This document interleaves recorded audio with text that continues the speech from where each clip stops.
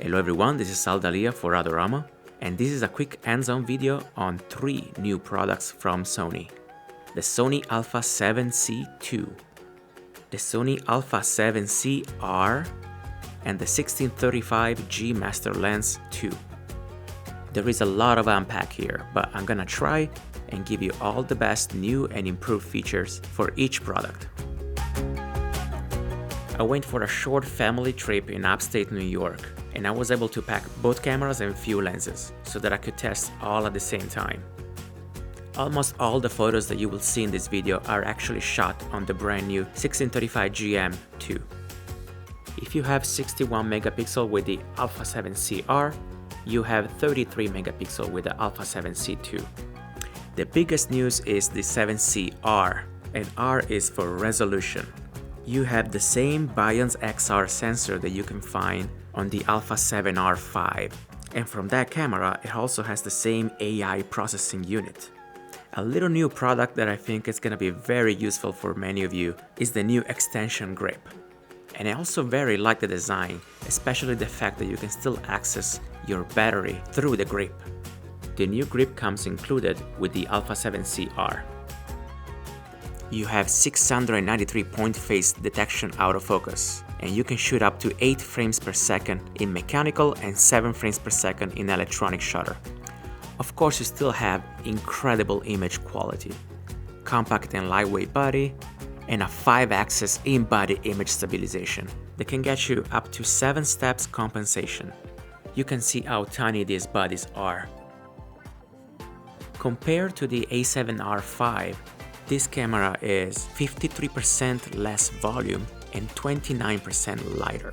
On the a7CR, you can use the pixel shift multi-shooting, which allows you to make a composite of 16 image, which is a 240 megapixel image.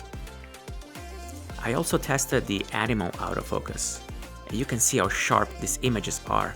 It doesn't matter if it's a goat, a chicken, a cow, the AI we always go for the pupil in the eyes of every animal. Let's talk about video for the a7CR. You can go up to 60 frames per second in 4K by using the entire full frame sensor. You can shoot up to 10-bit 422 with all the different Sony compressions, all the color profiles and logs. The sensor gives you 15 stops of latitude. On this camera you have one slot for SD cards. On this trip, I'm using my TUF cards, which are fast and reliable. Let's talk now about the a7C II. The advanced fast hybrid autofocus covers 94% of the area, which makes it very hard to shoot anything out of focus. And if you want to shoot in burst mode, you can shoot up to 10 frames per second, both electronic and mechanically. You can see here with my daughter coming full speed towards me, I was able to grab every single shot in focus. For video on this camera, you have a 7K oversampled, which lets you shoot full pixel readout in 4K without binning, and up to 30 frames per second in 4K. Or if you want to crop and shoot in Super 35, you can shoot up to 60 frames per second in 4K, and 120 frames per second in Full HD. Compared to the old version, it's not just a new sensor, it's also a better in-body stabilization, better autofocus with AI processing unit, better video, you have a log recording with LUTs, breathing compensation, and auto-framing technology, which means that you can shoot in 4K and tell the camera to just track you moving inside the frame, and the camera will automatically pan and follow you inside the 4K frame. For video, you can see how great the real-time tracking technology is. It recognizes the human movement and never loses the focus.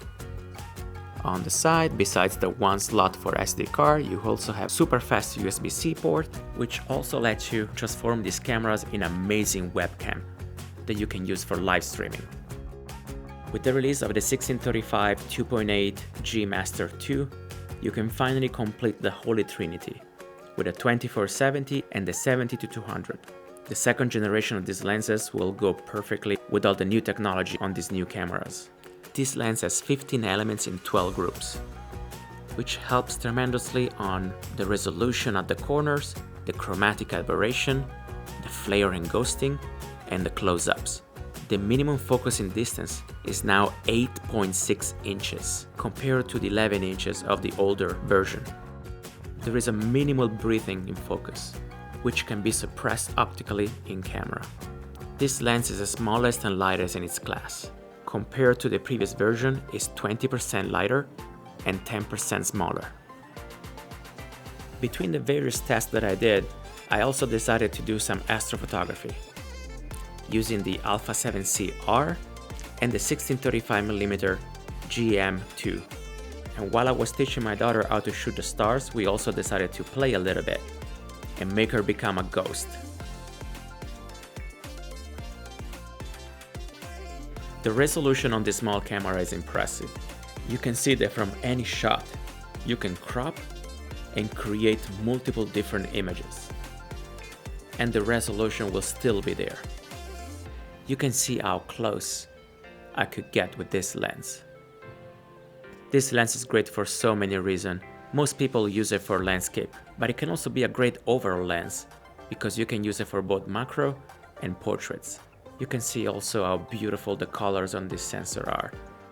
Looks like Sony is not stopping anytime soon, developing and giving us new and great technology. I want to thank Sony for loaning me these cameras and this lens. If you have any question, please write it below, subscribe to Adorama TV, and I'll see you next time.